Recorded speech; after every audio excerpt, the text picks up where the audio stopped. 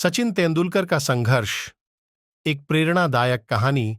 मुंबई की भीड़भाड़ वाली गलियों में क्रिकेट सिर्फ एक खेल नहीं है, यह एक धर्म है।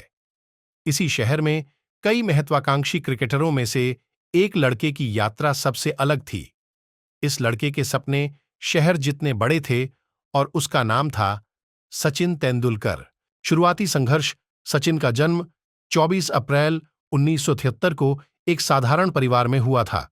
उनके पिता रमेश तेंदुलकर एक मराठी उपन्यासकार थे और उनकी मां रजनी इंश्योरेंस के क्षेत्र में काम करती थीं। सचिन के बड़े भाई अजीत ने उनकी प्रतिभा को जल्दी ही पहचान लिया और उन्हें क्रिकेट से परिचित कराया। अजीत ने सचिन को रमाकांत आचरेकर, जो मुंबई के एक प्रसिद्ध अथक मेहनत।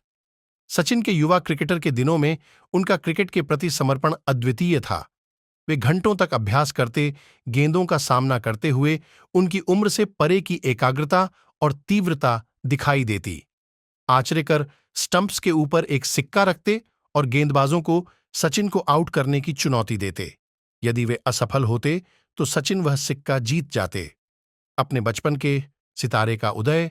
सचिन की मेहनत रंग लाई। 16 साल की उम्र में उन्होंने 1979 में कराची में पाकिस्तान के खिलाफ भारत के लिए पदार्पण किया।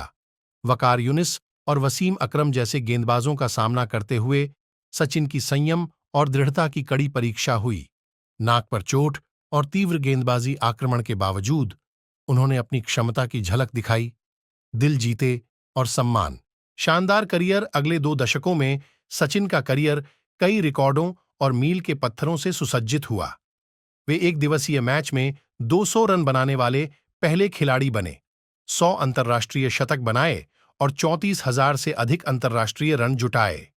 उनकी तकनीक, टाइमिंग और संयम ने उन्हें गेंदबाजों के लिए एक बुरा सपना और क्रिकेट प्रशंसकों के लिए एक खुशी बना दिया। लेकिन रिकॉर्ड से परे यह सचिन की विनम्रता और खेल भावना थी, जिसने उन्हें लाखों लोगों का चहेता बना दिया। उन्होंने अपने कंधों पर 1 अरब लोगों की उम्मीदें उठाईं, अक्सर भारत को अकेले ही जीत दिलाई। 1998 के शारजाह कप में उनका ऑस्ट्रेलियाई गेंदबाजी आक्रमण को ध्वस्त करने वाला प्रदर्शन हर क्रिकेट प्रशंसक की याद में हमेशा के लिए बसा हुआ है। चुनौतियां और जीत। सचिन की यात्रा चुनौतियों से अछूती नहीं रही।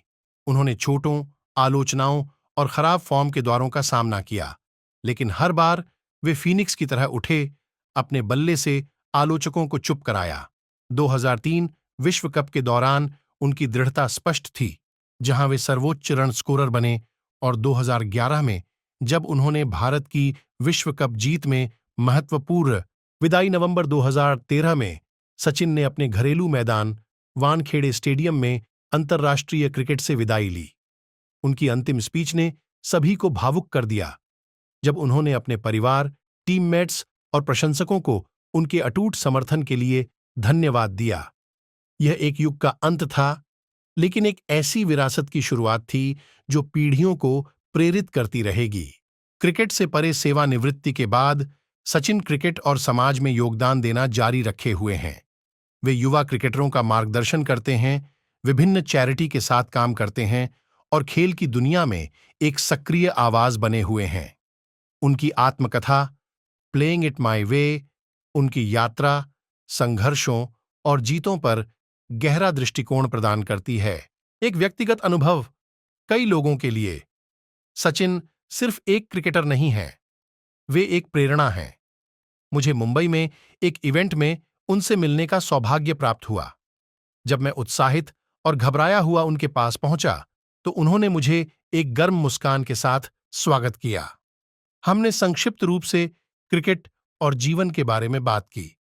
उनकी विशालता के बावजूद विरासत जीवित है। सचिन तेंदुलकर की कहानी प्रतिभा, कड़ी मेहनत और दृढ़ता की कहानी है।